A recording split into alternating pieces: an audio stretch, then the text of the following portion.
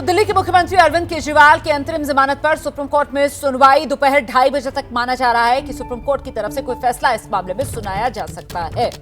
केजरीवाल पर supreme court में ये अहम सुनवाई। फिलहाल सलाखों के पीछे हैं दिल्ली के मुख्यमंत्री अरविंद केजरीवाल। चुनाव की तारीखों के ऐलान के बाद अरविंद केजरीवाल की ईडी ने गिरफ्तारी की थी और तभी से ये मामला सियासी तौर पर लगातार गर्माता रहा।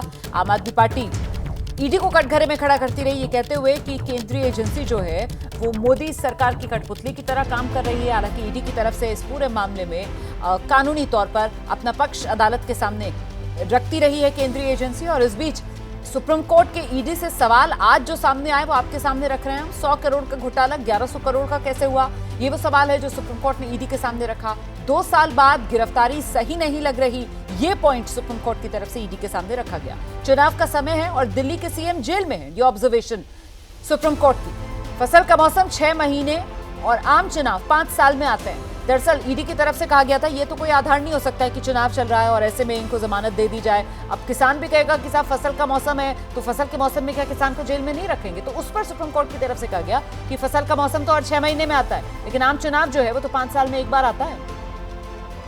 तो सुप्रीम कोर्ट की ईडी के सामने ये सवाल और इसी को लेकर लंच ब्रेक फिलहाल हुआ है। दोपहर 2 बजे से एक बार फिर जब अदालत की कार्रवाई शुरू होगी तो इस मामले में दलीलें आगे बढ़ेंगी और 2:30 बजे तक अदालत अपना फैसला सुना सकती है। दिल्ली के मुख्यमंत्री अरविंद केजरीवाल को क्या आज सुप्रीम कोर्ट से राहत मिल सकती है, सीधे आपको लेकर चलते हैं। निपुण सहगल इस वक्त हमारे साथ मौजूद है। निपुण, बताइए अभी तक अदालत में क्या हुआ है, आगे क्या होना है?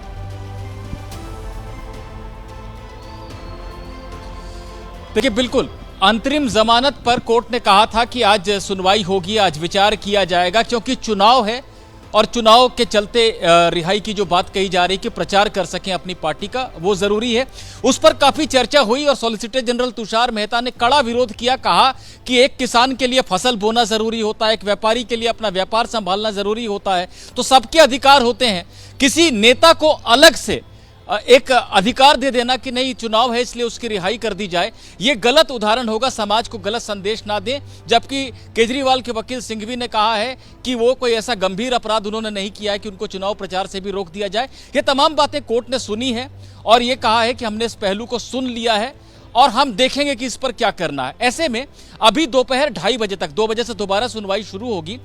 दूसरे भी पहलू हैं इस मामले में विचार के लिए। 2:30 बजे कोर्ट उठेगी। हो सकता है कि 2:30 बजे आदेश आ जाए या फिर कोर्ट ये इंडिकेट कर दे कि केजरीवाल की अंतरिम जमानत पर वो कब आदेश देगा। जैसे ही घड़ी का काटा दोपहर 2:30 पे आए, बबीता जी का दिल सास बहू साजिश के लिए मचल जाए। और ये है इनकी बहू, पूरे दिन ऑफिस की टेंशन हो जाए गॉन जब ये करें अपना फेवरेट शो फ्री टाइम पे ऑन।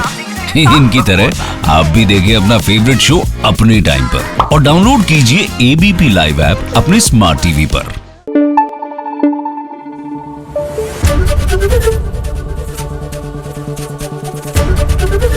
एबीपी न्यूज आपको रखे आगे।